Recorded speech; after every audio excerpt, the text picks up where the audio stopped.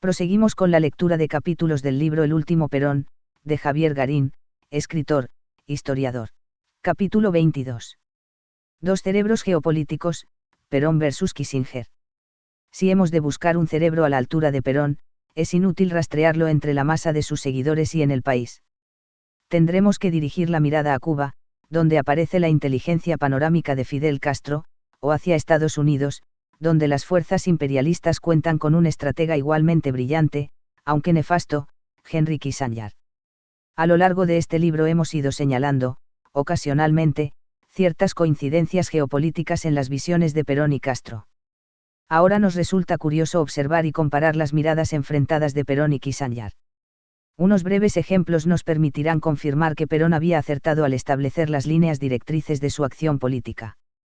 Que Perón visualizó correctamente la importancia del rol del tercer mundo como resguardo frente al imperialismo, lo demuestra con meridiana claridad la posición de Kissinger frente a este planteo.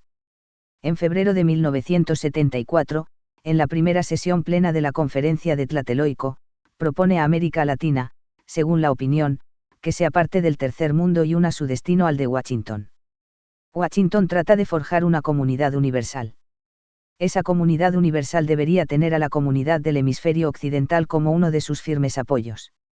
A cambio de este alineamiento, formula todo tipo de promesas, tales como solucionar diferendos, prevenir futuros conflictos, no intervenir en los asuntos internos de los otros países, terminar con el proteccionismo norteamericano, continuar con la ayuda al desarrollo, establecer un sistema de consulta permanente, coordinar en temas de inversiones extranjeras, transferencias de tecnologías y energía, etc. En síntesis, explica la opinión, lo que Kissinger ofrece es una vía programática para eliminar los conflictos entre su país y América Latina a cambio de un alineamiento regional orientado por Washington y separado de las luchas del tercer mundo por su liberación. Vale decir, tal como sostenía Perón, el divide y reinarás.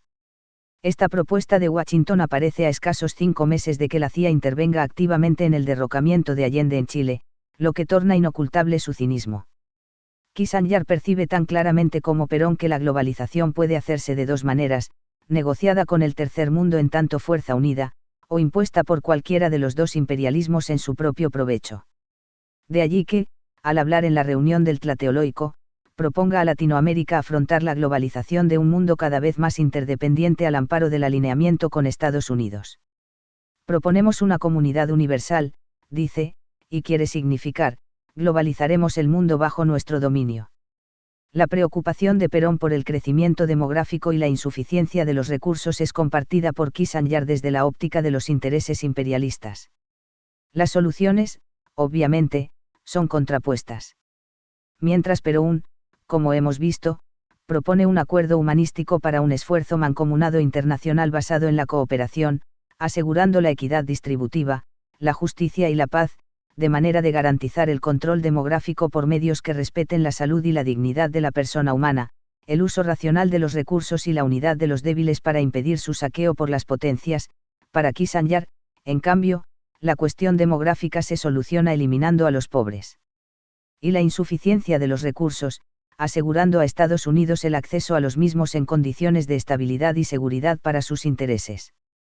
Poco antes de la renuncia de Nixon, la Secretaría de Estado comandada por Henry Kissinger entregó a la Casa Blanca el National Security Study Memo 200, Análisis de la situación demográfica mundial y soluciones para la estabilidad de los intereses de Estados Unidos relacionados con los recursos naturales necesarios para las industrias norteamericanas.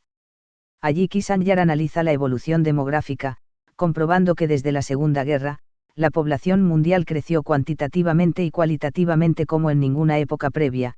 El efecto será la duplicación de la población mundial entre los próximos 35 a 100 años. Las consecuencias políticas de los factores más comunes en los países menos desarrollados, LDCs LSR Developed Countries, crecimiento rápido, migración interna, altos porcentajes de población joven, bajo desarrollo en los estándares de vida, concentración urbana, y presión de migración de países extranjeros, están dañando la estabilidad interna y las relaciones internacionales de países en donde los intereses de Estados Unidos están más avanzados, creando esto problemas políticos inclusive de seguridad nacional para los Estados Unidos.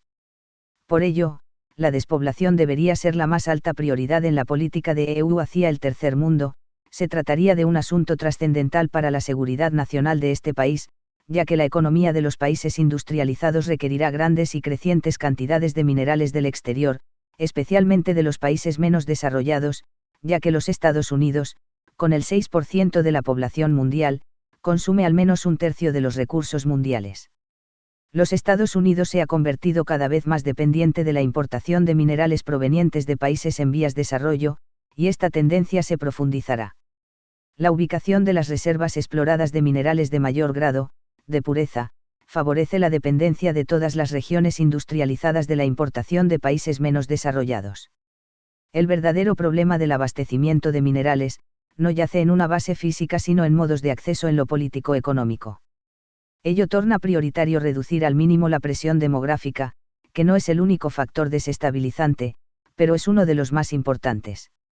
Señala que la preeminencia de la población joven en países pobres o sobrepoblados podría generar movimientos separatistas y acciones revolucionarias, concluyendo que si de estas condiciones resultan las expropiaciones de intereses extranjeros, desde un punto de vista económico, no está dentro de ningún tipo de interés para los países inversores. En las relaciones internacionales, los factores componentes de la población son cruciales y, a menudo, determinante de conflictos violentos en las regiones en vías de desarrollo.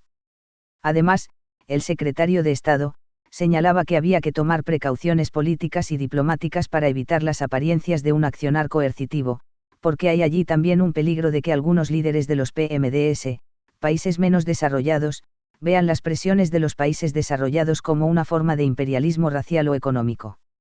La solución propuesta por Kissinger era un extenso control demográfico, para lo cual preconizaba todo tipo de campañas que iban desde el aborto, la vasectomía, la esterilización, la planificación familiar, las campañas propagandísticas, etc., que debían ser implementadas por los países pobres.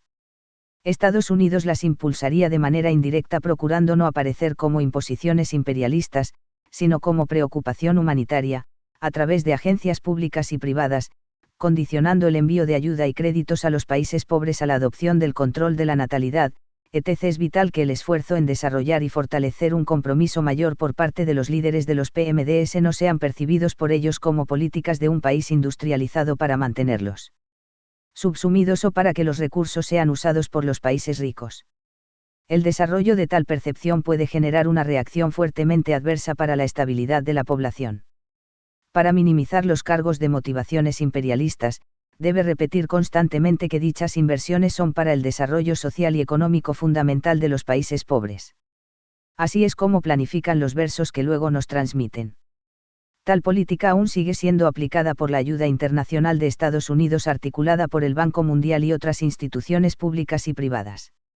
Se implementó en muchos países del tercer mundo, con gran éxito para los intereses norteamericanos, siendo destacable en Latinoamérica el caso de México y Perú. En este último país, bajo el gobierno de Fujimori, se practicaron esterilizaciones masivas, compulsivas y mediante engaños a vastas comunidades indígenas y campesinas, constituyendo un verdadero genocidio. El documento fue desclasificado el 7 de julio de 1989, 9 años más tarde de su apertura prevista. Y pese al cambio de administraciones, las estrategias se mantuvieron. El imperialismo es una política de Estado. La apertura económica impuesta con el consenso de Washington profundizaría la expansión del capital estadounidense sobre los recursos naturales de América Latina, tal como Perón había previsto cuando anticipaba al general Prats que los Morgan, Rockefeller y DuPont desencadenarían bien pronto una vasta ofensiva en América Latina. Mientras Perón confrontaba estratégicamente contra estas concepciones del imperio, la juventud maravillosa y la burocracia sindical invertían sus mejores esfuerzos en quemar unidades básicas y abrir fuego sobre compañeros. Eso sí, Perón era un viejo y no servía, los que servían eran Firmenich o Lorenzo Miguel.